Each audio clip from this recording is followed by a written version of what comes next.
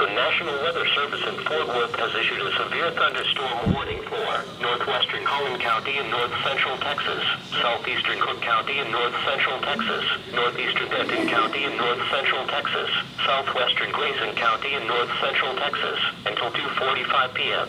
At 1:52 p.m., National Weather Service meteorologists detected a line of severe thunderstorms with 2 strong cells at each end, capable of producing quarter-size hail and damaging winds in excess of 60 miles per hour.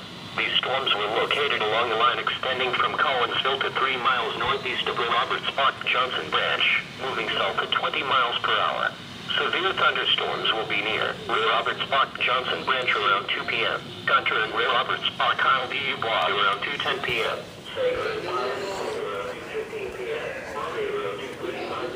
Saline around 2:40 p.m. This will impact Interstate 35 between mile markers 400. Shelter until the storm has passed. If you are caught outside, seek shelter in a strong building and stay inside, away from windows until the storm has passed.